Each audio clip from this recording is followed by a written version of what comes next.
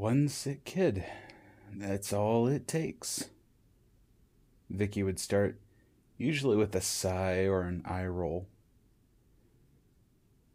One sick kid, and we're all infected. Everyone's coughing, sneezing, puking, whatever it may be. And it spreads.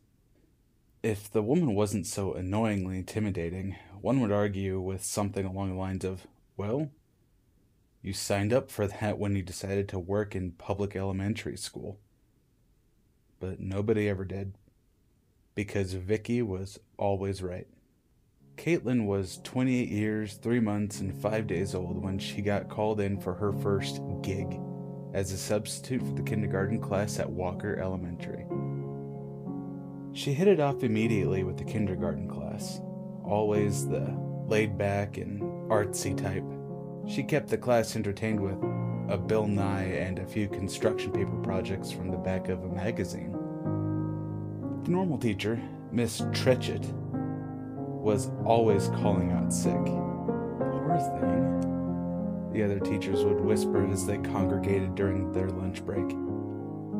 71 and still working here? No wonder she's always sick. Caitlin never cared. She just loved the little kids. Okay, people, we need to talk. Vicky looked nervous, tapping her long fingernails on the desk in front of her as the other teachers sat in a circle of chairs. It was Thursday, after school meeting day. There's been a rather nasty bug reported. I believe it would be a very health conscious for both of us and the children to maybe shut down the school for just a few days. The teachers groaned, all knowing that the more days they missed in the winter, the more that would be added to make up before the summer. I know, but she looked concerned. Caitlin noticed. Miss Lee, the art teacher, was the first to speak against Vicky. Come on now, Vic. It's just a bug. We'll send the kids home the second they hit a degree higher than 98.8. All the teachers, with the exception of Caitlin, nodded in agreement, with mutters of sounds fair enough and it'll be fine. Vicky stood, clipboard in hand, and gave an exasperated sigh. You know what? Fine. But when you're all as sick as those poor kids at Chesterfield, don't come crying to me. And with that, she stomped out of the room, which had fallen silent.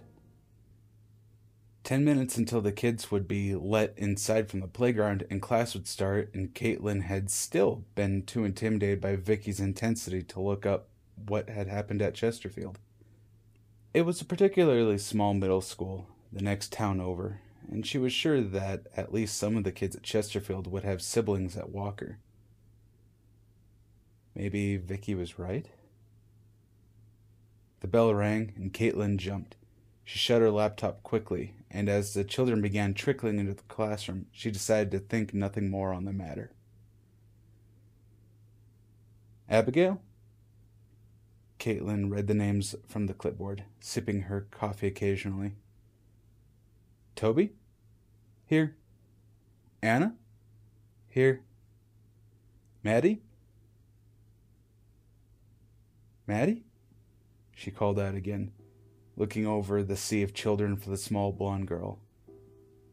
I think she's tardy, piped up one of the kids. Yeah, or absent.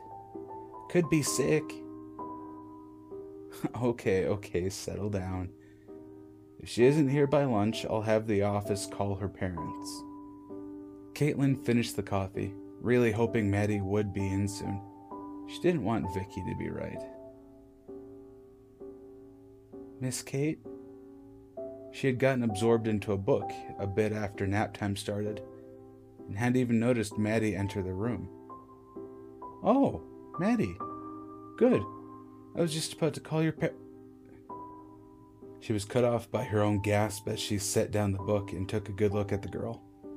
Her skin was a sickly pale gray color, deep purple lines running like rivers under her skin from a deep, scabbed gash on her shoulder. Her pale blonde hair looked stringy and her eyes were yellow with sickness. Oh my, Maddie. She really had no clue what to say. I'm sick, said the young girl, quietly tugging at the corner of her dark green dress. My mommy and daddy said I had to come to school. Caitlin was scared and confused, but the state of the girl weakened her heart. She forced a comforting smile, patting her on the head. Why don't you go lay down on the mat? I'll get the nurse in a little bit. She knew very well that the nurse was busy in the 5th grade wing, dealing with a girl who had fallen off the auditorium stage. But she wanted to make it seem like she knew what to do, for the sake of both her and Maddie. The young girl nodded and went to lay down, leaving Caitlin feeling chilled.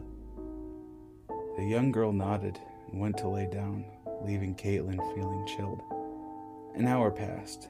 Maddie spent most of that time sleeping.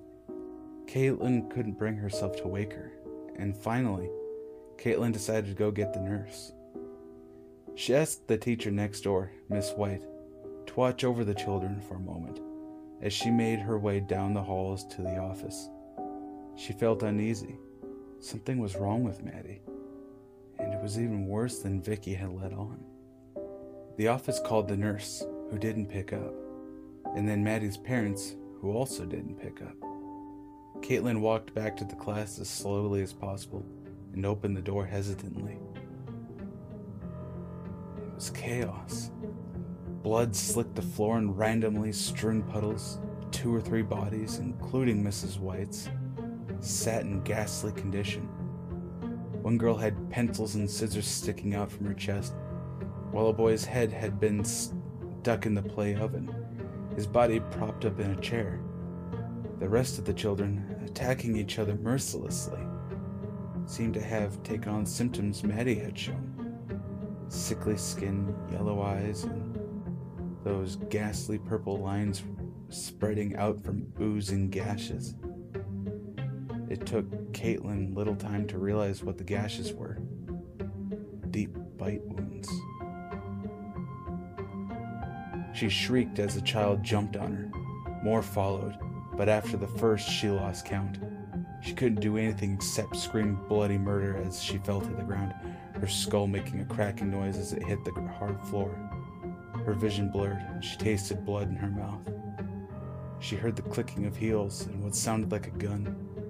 Before her last thoughts, along with a good portion of her brain matter, slipped from her head, she saw a familiar woman, her face stoic and her pantsuit stained with blood.